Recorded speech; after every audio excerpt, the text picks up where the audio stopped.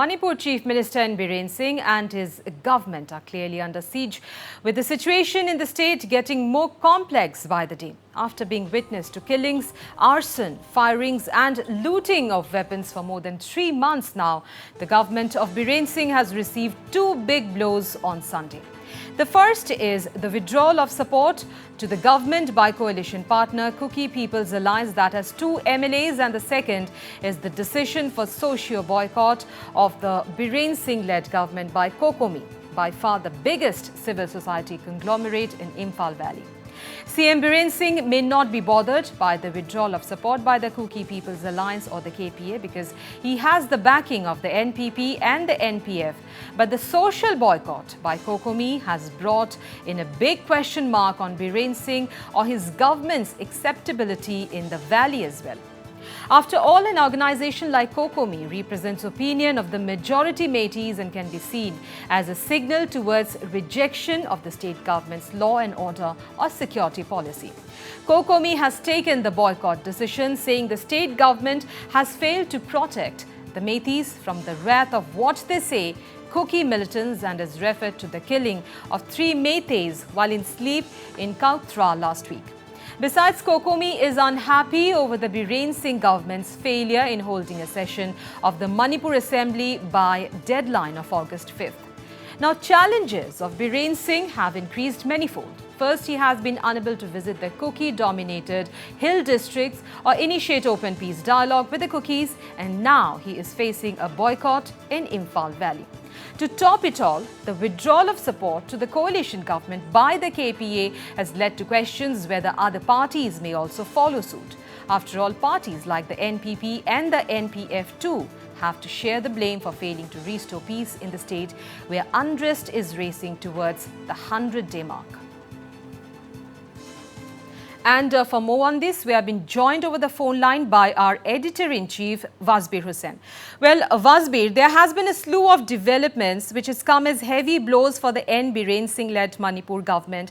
And the Chief Minister of the state, he has been clearly under pressure. His government is under siege as the situation, it continues to remain grim. Now, if you could give us a proper perspective on this big developing story, Wasbir.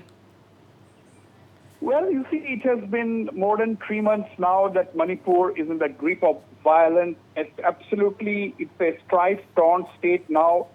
More than 150 people have died. 50,000 people have been uprooted from their homes.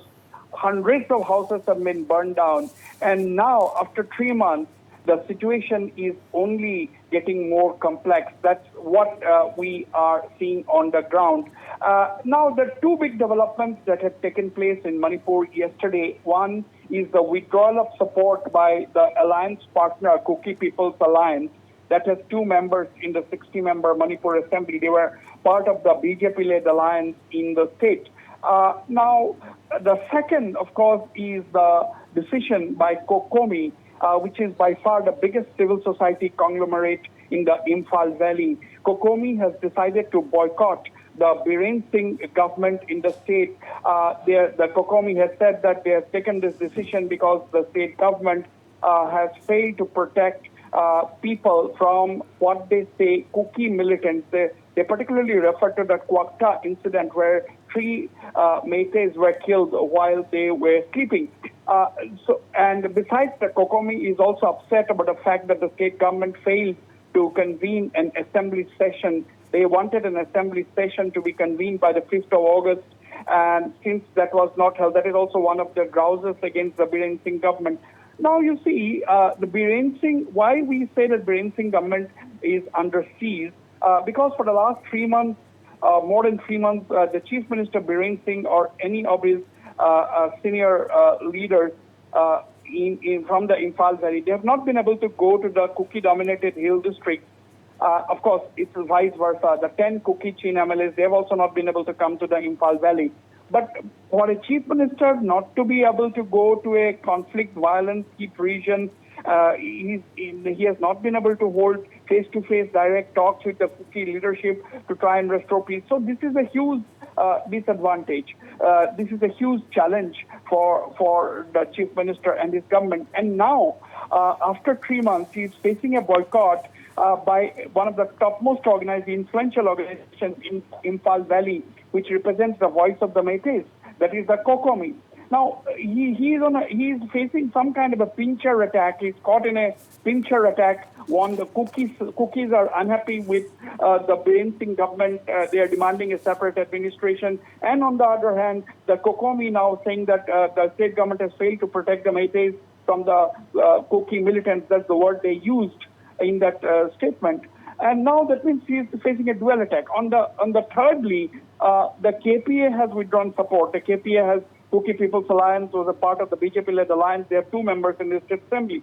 Now the point is, Biren Singh, the chief minister, may not be bothered at all at this point in time about the 𝗂𝗶𝗄 withdrawing support, because Biren Singh now has the numbers.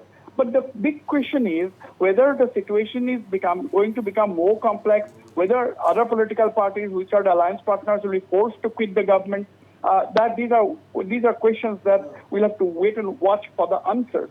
Now, the 2 big alliance partners of the BJP in Manipur is the National People's Party, headed by Comrade Sangma, who is the national president of the NPP, and of course the Naga People's Front, which has its headquarters in Nagaland. Now, the NPP and the NPF are the 2 big allies of the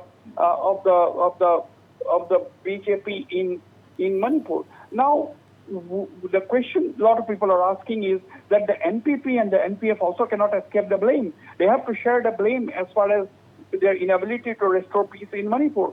So, because they are part of the alliance government, they are part of the government in Manipur, the NPP and the NPF. Therefore, the NPP and the NPF too cannot say that, oh no, this is the job of the chief minister and the BJP. It's not like that. So they have to share the blame. Now, whether they will also be forced to withdraw support at some stage if the situation were to get more complicated than this. So these are some of the reasons why it appears that clearly Biren Singh government is under siege in Manipur, and the challenges for the state government is only increasing by the day. Right. Also, Wasbir, as you just mentioned, that parties like the NPP and the NPF, they too have to share the blame as they are allies of the state government in the state. Now, the latest developments in Manipur, especially the social boycott by 𝗂𝗶𝗏, that definitely makes matters worse, and it actually puts a big question mark as to what the next course of action will be for the Biren Singh-led government, as challenges has increased manifold for Biren Singh-led state government, and all eyes are now set on what the CM is going to do next. Wasbir? Now you see, this is a big question mark. The 𝗂𝗶𝗏's decision to go for a social boycott of the Biren Singh government. This has raised a big question mark on the credibility of the government. Now the point is, the Biren Singh government was seen, at least by the Cookies, as being openly supporting the Meiteis during the violence. This was the perception in the Kuki heartland, that the Biren Singh government was supporting the Meiteis. Now that the Meiteis are also up in arms, they're saying that you have failed to protect the Meiteis from the Kuki onslaught. That is what the 𝗂𝗶𝗏 is saying. Now, all these things have become all these things have made much more complicated the situation for Biren Singh to handle. And now this is 10 Kuki Chin MLAs have not been able to visit the Imphal Valley for more than 3 months now. The violence, we are counting the days, and the extent of the violence has become so manifold that there are 60,000 plus troops. The center has decided to rush additional companies of central paramilitary forces. And even the Manipur police is divided on ethnic lines. Now the army, the army and the armed forces are also seen differently in the hills and seen differently in the valley. The Assam Rifles, for example, that's what I'm saying. The Assam Rifles is seen to be pro-Kuki. The Assam Rifles is seen in the valley to be anti-Meitei. I mean, these are perceptions. These are perceptions. These may not be the fact. These are only perceptions. Now the point is, therefore, the situation has become extremely complicated. With even the security forces are seen through different prisms, and that is definitely indication that the situation on the ground is extremely complex and volatile at the moment in Manipur.